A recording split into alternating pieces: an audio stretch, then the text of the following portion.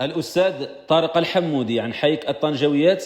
هو تعبير من فتيات مغربيات عن الاعتزاز بالهوية المغربية الإسلامية. جوابا عن سؤال ما الذي يعني خروج كوكبة من النساء الطنجاويات لابسات الحيك والقب والثام قبيل اليوم العالمي للمرأة 8 مارس، كتب الأستاذ طارق الحمودي: رغم أن هذا الفعل رمزي بالدرجة الأولى وهو تعبير من فتيات مغربيات عن الاعتزاز بالهوية المغربية الإسلامية، رغم كل ما حاوله بنو عريان، فهذا الفعل دليل على أن للمغربيات عمق في ثقافتهن يحافظن على هذا العبق الشذي في نفوسهن.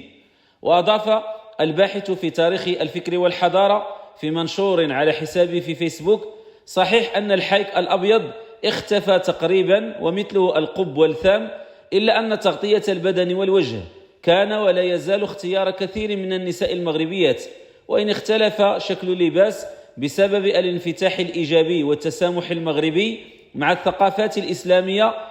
فمثل العباية الإماراتية ومثل الميني جيب الغربي وجدت مغربيات كثيرات في اللباس اليمني والحجازي الجميل، وهو أقرب ما يكون من اللباس النسوي في العهد النبوي اختيارا شخصيا. وتابع الحمودي: ومن اعتبر هذا تأثرا سلبيا وأنه يجب لزوم اللباس المغربي الأصيل، فلنمنع كل النساء من لباس الميني جيب والجينز وغير ذلك من الألبسة التي إن أردنا أن ننسبها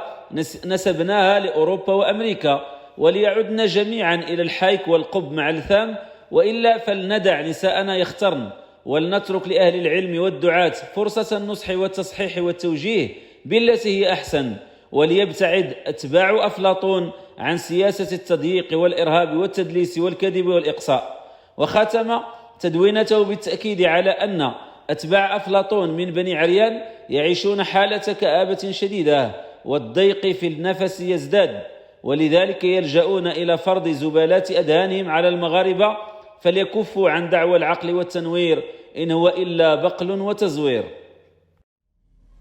قناة إبراهيم أبو جابر، رحلة TV.